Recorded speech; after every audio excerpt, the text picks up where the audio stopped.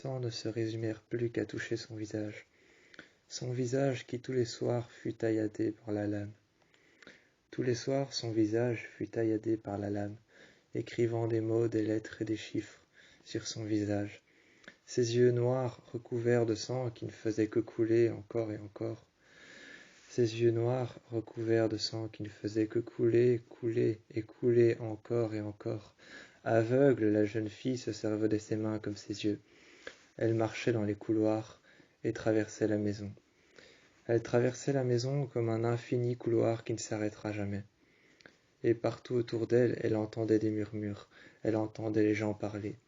Mais c'était une malédiction qui avait frappé son sang, car la jeune fille ne se réveillera jamais. D'un lointain sommeil de ses yeux fermés, elle était sur le côté et attendait sur son rocking chair. Par la fenêtre, elle regardait tout ce qu'elle pouvait voir. Tout ce qu'elle pouvait voir par la fenêtre, elle le regardait. De ses yeux noirs aveugles, elle regardait, et imaginait le dehors comme avec un arbre, comme avec un jardin, comme avec une rivière de sang, comme avec l'eau qui emporterait les cadavres, comme cette maison blanche sur le côté, elle imaginait tout. Elle imaginait tout comme cette maison blanche sur le côté, cette jeune fille sur la balançoire qui se balançait au vent, et elle imaginait cette rivière de sang qui emportait les cadavres les uns après les autres. Elle imaginait la rivière noire à un courant un peu plus calme sur le côté, qui se résumait, elle, à emporter les cadavres, le sien, avec celui de sa sœur. La jeune fille aveugle marchait dans les couloirs et ne savait même pas où elle allait. Elle entendait de temps en temps sa mère monter à l'étage avec une Bible en main. De temps en temps, avec une Bible en main, elle entendait sa mère monter les étages. Elle entendait les gens au-dessus d'elle marcher. Au-dessus d'elle, elle entendait les gens marcher, et de temps en temps, elle entendait ses mains qui frottaient le sol, ses mains qui frottaient les murs. Son visage tailladé par des lettres et par des chiffres. Son visage tailladé par des lettres et des chiffres. Elle entendait sa mère et son père grimper les étages et marcher sur les côtés, sur les escaliers, et chaque marche, elle entendait sa mère aller un peu plus haut et son père marcher chaque marche et s'appuyer sur le devant de l'escalier pour atteindre un étage plus haut. Il s'est assis sur le fauteuil et a commencé à lire un verset. Il a commencé à lire un verset, un passage de la Bible. La jeune fille est venue frapper à la porte et c'était la jeune fille, tel un vent qui passèrent par là, un vent léger, frappèrent à la porte et s'est assis à côté de son frère.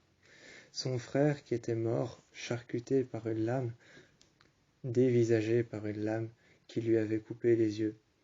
Elle s'était assise à côté de lui et son frère ne lui murmura qu'un seul mot. Un mot léger, un mot aussi léger que le vent, qui fit d'elle une prière à tout jamais. Autant que son frère et cette jeune fille fut devenu le vent qui tournait en anneau, autant que ce frère et cette jeune fille fut devenu le vent qui tournait en anneau autour de la maison, autant qu'elle soit aussi un passage de la Bible, un passage d'un livre et d'un roman noir. Elle n'était plus que des lettres, elle n'était plus que des chiffres. C'était un passage d'un roman noir, c'était un passage d'un livre, une page à un certain numéro, à un certain chiffre. Mais elles s'arrêtèrent toujours à un point comme elles commençaient à une lettre. Comme elles commençaient à une lettre, elles s'arrêtaient toujours à un point. C'était une page d'un livre, c'était une prière et un passage. C'était le vent à l'extérieur qui tournait en anneau autour de la maison. Cette jeune fille n'existait plus que par des choses qu'on ne voyait pas, des lettres, des chiffres, des numéros. Et le vent à l'extérieur qui tournait en anneau autour de la maison. Sa coiffeuse en train de se coiffer les cheveux, la main dans la cage de l'oiseau mort à sa gauche, la fenêtre ouverte et le vent frais qui rentrait à l'intérieur de sa chambre.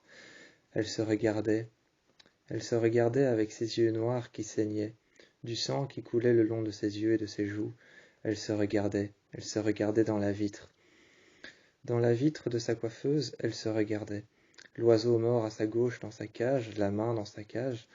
Elle regardait juste à côté, sur le côté, du côté droit près de la porte de sa chambre, il y avait un échiquier. Elle avança alors avec son doigt. Avec son doigt, elle n'avança qu'une seule case, que d'une seule case, elle n'avança que le fou et la reine. La reine, le roi et le fou, elle les avança tous les trois d'une seule case. Ensuite, elle se regardait dans le miroir. Pour pouvoir essayer de se voir, elle posa sa main sur le miroir. Elle sentit alors sévèrement le sentiment d'une main qui vient accrocher la sienne. Elle s'était retirée et commença à marcher en rond dans la chambre.